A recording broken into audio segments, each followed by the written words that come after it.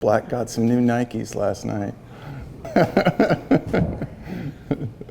So I think it was in 2016 we built this barn. Prior to this, we just had basically a tack room, and so you just tied up outside and saddled with pretty cold saddles. And so if it was raining or snowing or whatever, you just saddled outside, and didn't really have any grain boxes to speak of.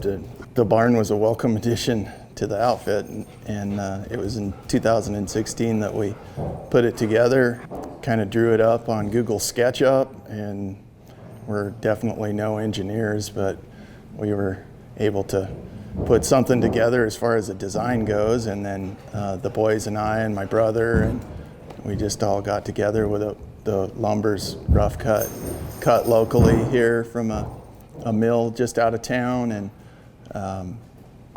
so it's plenty well overbuilt, but it's really served a pretty neat purpose for our horse program, and just to be able to bring some of them younger horses inside, even if the weather's bad, and pick their feet up, grain them, just get them accustomed to being around.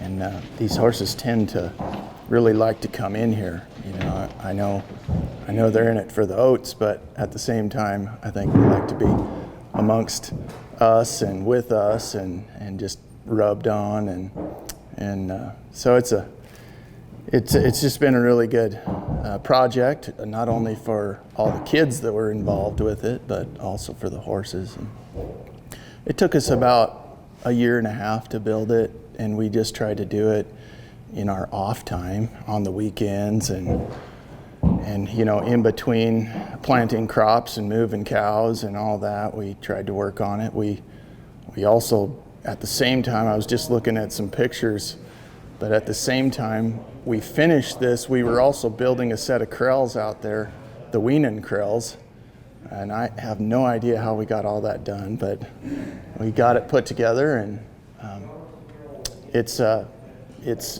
pine and spruce sides, and the big timbers are doug-fir, and the floors doug-fir. The floors 3x8s. Idea was to build something that would last generations. So I think this is one of them barns that will probably be around for 150 years. You know, it's well built. So it was fun. I'd probably do a few things a little differently, but gosh, for the most part, when you can bring them in like this, and you just never realized on those rainy days how much you can get done with your horses if you have somewhere to go with them and take them inside and trim feet, or you know, change some shoes out, or whatever you might need to do. And all right, well, we got some sharps on Robesy. Well, he's a pretty darn good guy to shoe, and he puts up with my slow shoeing. It takes me a while to get a set of shoes on, so I sure enjoy shoeing horses, especially horses that you've started, and we got him as a colt and started him, and I don't know, you just kind of take a little bit of ownership in them, and putting shoes on them is kind of the next thing you really like to do for them. I'm not very good at it, and it takes me a while, and I lose a few here and there, but I'm getting better, and it's rewarding, I think, for both of us. So Ian's not so sure about this camera thing. It's that time of year, need to get sharp, and those will wear down just a little bit. Got the snow pads in there, so they'll shed the snow right now. So sometimes in that dry and frozen dirt, you got to be a little bit careful. I don't know if Annie told you, but he broke all these horses and trained them. Yeah, we don't buy broke horses anymore. We just buy colts and break them ourselves. There was a lot of inspiration to start our own horses when we were kids, because he used to shop at the sale barn for them. Yeah. So he'd bring them home from the sale barn and say, "Got you boys some new horses here." Yeah. And they'd turn their head sideways and run off, and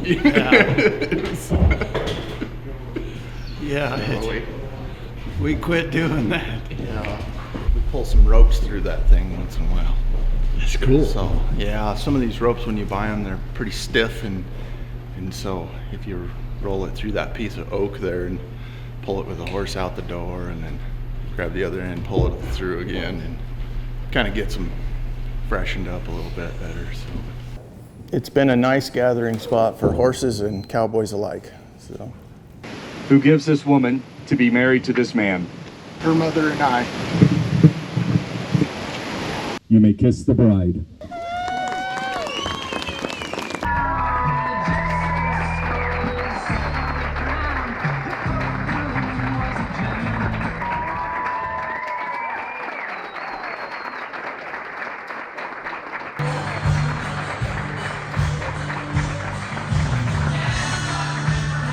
Put this music to a video of your dogs playing, and it's like this dramatic fighting scene music and slow-mo.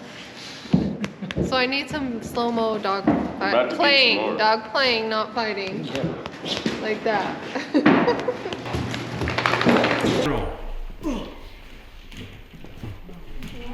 My arms are tired. Hey, Sarah? Yeah. We're not recording. I'm not recording this, Sarah. You're almost there. Keep going.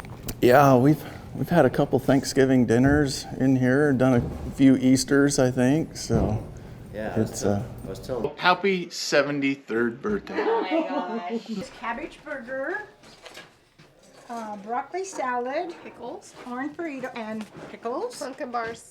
pumpkin bars. It's not pumpkin bars, it's pumpkin bars. Yeah, she's visiting us.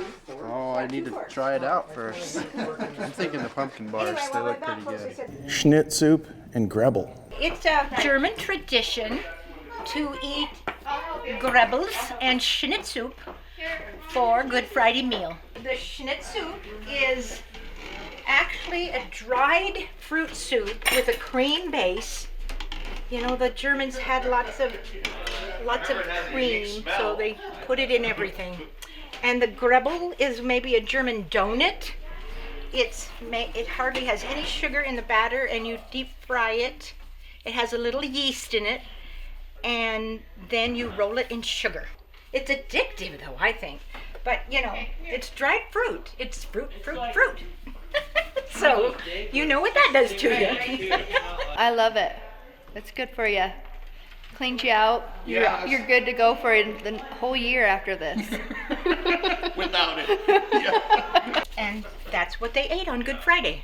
John tried Schnitz soup and Grebel. So it's a German fruit soup and a and a German sugar-coated donut, so that you dip in the fruit soup. So you only eat it once a year, and there's probably a reason. But well, the boss is here, so we got to act like we're working. What's going on here? Morning coffee.